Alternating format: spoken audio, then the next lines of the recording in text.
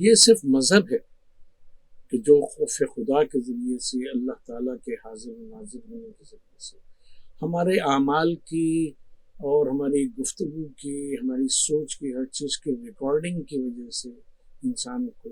برائیوں سے دور رکھتا ہے، احکام الہی کے اوپر عمل کرنے کی توفیق عطا فرماتا ہے۔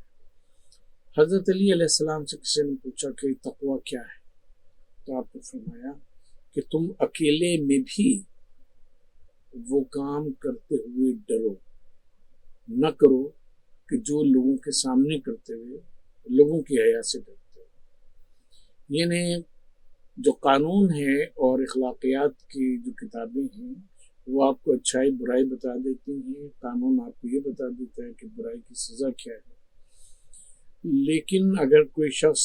چھپ کے جرم کرتا ہے کہ وہ قانون کی نگاہ میں نہ آ سکے تو ایسی پاسبلٹیز بہت ہیں، اور ہم اپنے معاشرے میں بہت جگہ دیکھتے ہیں کہ جہاں قانون کی خلاف ورزی ہو رہی ہوتی ہے لیکن نہ اس کی کوئی ریکارڈنگ ہے، نہ اس کا کوئی جانچ پڑتال ہے، نہ لوگوں کو اس کی حص ہے، کیونکہ ان کو پتہ ہے کہ اس کی سزا نہیں ملے۔ اگر کسی جرم کی سزا جو ہے انہیں سنا بھی دی جاتی ہے تو سزا سنانا اور بات ہے، سزا دینا اور حضرت علی علیہ السلام نے اس پہلو کی طرف توجہ دلائی کہ اکیلے میں وہ کام نہ کرو تم اللہ کے خوف سے اور اللہ کے ڈر سے، کہ جو تم تنہائی اکیلے میں بھی نہ کرو، جو تم لوگوں کے سامنے کرتے ہوئے ڈرتے ہو کہ لوگ کیا کہیں گے۔ لوگ یہ کہیں گے کہ ارے یہ اس نے مثلا فلاں کے اوپر غلط نگاہ ڈالی، مثلا اس نے فلاں کی غیبت کی، مثلا فلاں کے لیے اس نے یہ بات کی، فلاں سب کے سامنے اس نے کم تولا، لوگ کیا کہیں گے۔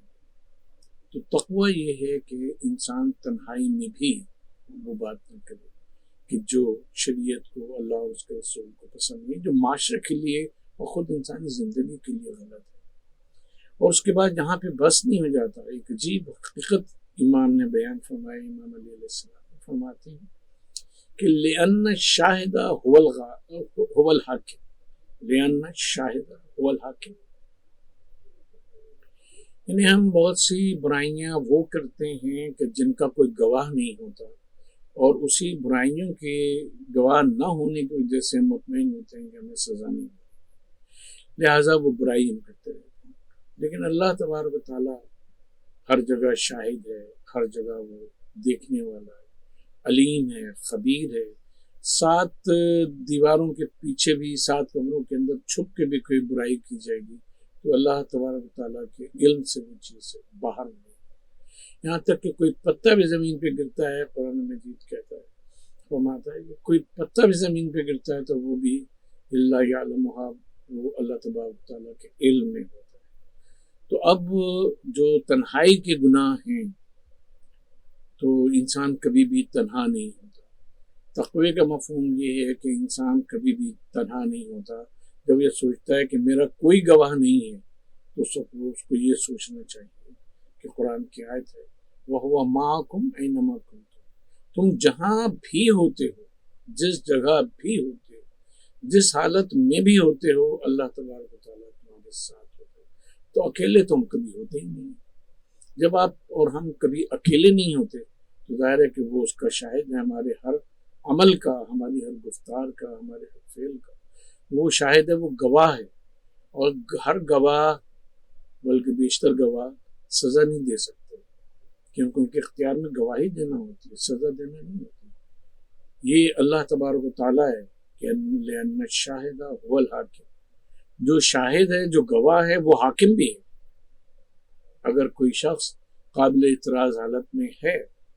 تو اس کو یہ سوچنا چاہیے کہ اسی لمحے اگر اللہ تبارک و تعالیٰ نے، جو کہ ہمیں دیکھ رہا ہے، گواہ ہے، اگر وہ حاکم ہونے کی حیثیت سے اسی وقت ہمیں سزا دے دے، اسی لمحے ہمیں سزا دے دے،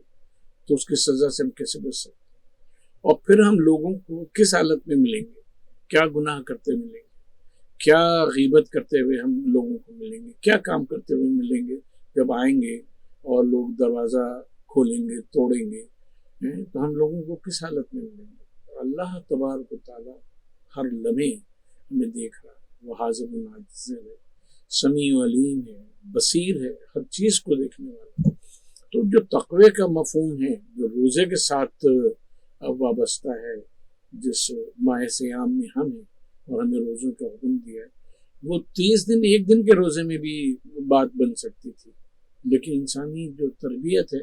وہ ایک دن میں تربیت نہیں پاتا۔ یہودیوں میں کتب علیکم الصیام کما کتب علی الذین من قبلکم، یہودیوں میں 4 روزے ہیں، اور وہ روزے چاروں کے چاروں وہ ہیں کہ جب یہود پہ مصیبت پڑی ہے اور اس مصیبت کو یاد کرنے کے لیے انہوں نے 4 روزے رکھے ہیں، جو آپ کے پینٹیٹیوش میں یعنی تورات کی 5 کتابوں میں موجود ہیں، اور وہ اس کو آج تک رکھتے ہیں۔ 4 روزے صرف وہ کسی غم کو منانے کے لیے رکھتے ہیں، تقوی کے لیے نہیں، غم کے روزے رکھتے ہیں۔ یا اسی صورت سے ہمارے مسیحی برادری میں لینٹ کا پیریڈ 40 روزے ہیں، جس میں سب کچھ کھانا پینا سوائے آگ پہ پکی ہوئی چیزوں کو کھانا وانا جائز ہے، لیکن اس کی بنیاد یہ ہے تورات کا حکم کہ تمہیں اپنے کو تکلیف دینی چاہیے، you should inflict your self, یعنی اپنے آپ کو اذیت دینی چاہیے۔ تو اس کی انہوں نے یہ ترکیب نکالی، لعلکم تتقون اس میں نہیں کہ تم تقوی شعار بن جاؤ، جبکہ قرآن مجید کی جو پوری آیت ہے، یا ایھا الذین آمنوا، اے ایمان والو، کتب علیکم الصیام کما کتب علی الذین من قبلکم، کہ تم پہ سیام فرض کیا گیا ہے، رکا رہنا برائیوں سے، مصیبتوں اور اس کے مقابلے میں کھڑا رہنا، اللہ کے راہ میں جو مشکلات آئیں اس کے اوپر کھڑا رہنا جو ہے وہ اس کا حکم دیا گیا۔ یعنی صبح کی نماز میں شیطان بھڑکاتا رہتا ہے، کبھی 5 منٹ بعد ہو جانا، ابھی نیند پوری نہیں ہوئی، یہ نہیں ہو۔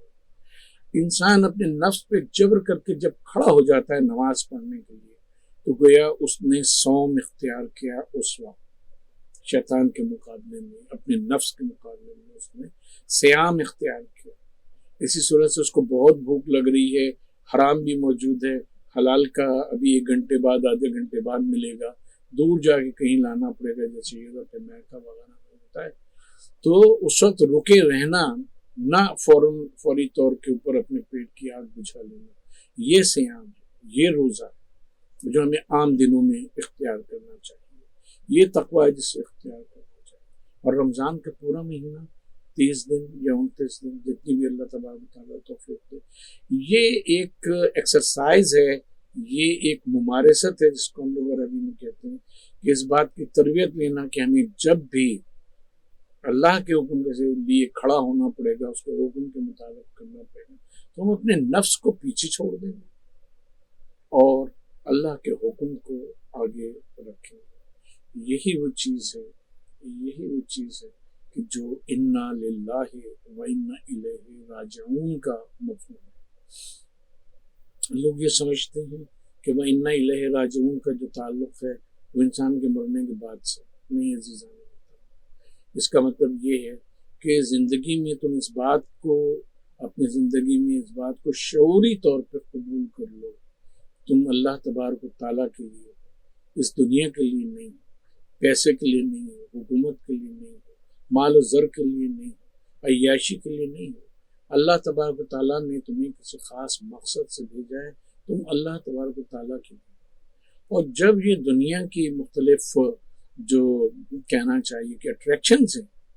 وہ تمہیں اللہ کے راہ سے بھٹکانا چاہیں، تو وہ انا الیہ راجعون، تو پلٹ کے یہ دیکھو، اسی کی طرف ہمیں پلٹنا ہے جو ترجمہ کیا جاتا ہے، صحیح ہے کہ تم پلٹ کے دیکھو کہ اللہ اور اس کے رسول صلی اللہ علیہ وآلہ وسلم کا، اسلام کا اس بارے میں کیا حکم ہے۔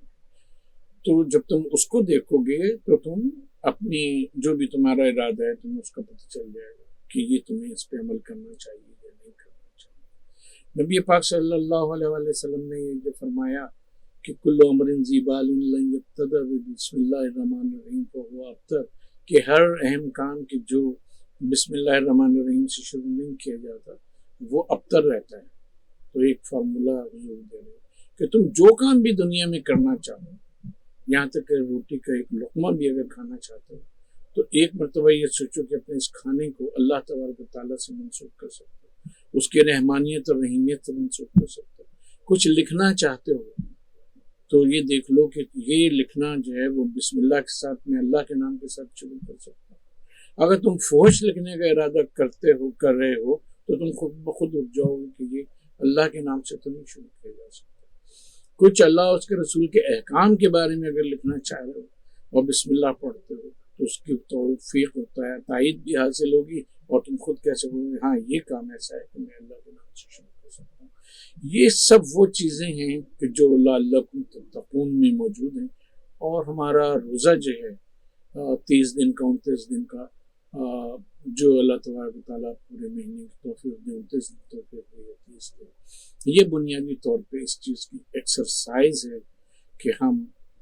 مواقع کے اوپر اللہ تعالیٰ کے حکم کو سامنے رکھیں، اس کا حکم ہے تو اس پہ عمل کریں، اس کا اور اس کے رسول کا، اور اس کا اس کے رسول کا حکم نہیں، اس میں رضا نہیں ہے اللہ کی، تو پھر ہم اس کو ترک نہ کریں۔ اللہ تبارک و تعالیٰ سے دعا ہے کہ خود ہمیں اور آپ سب کو روزہ رکھنے، روزے کو اختیار کرنے اور لعلکم تتقون پہ عمل کرنے کی توفیق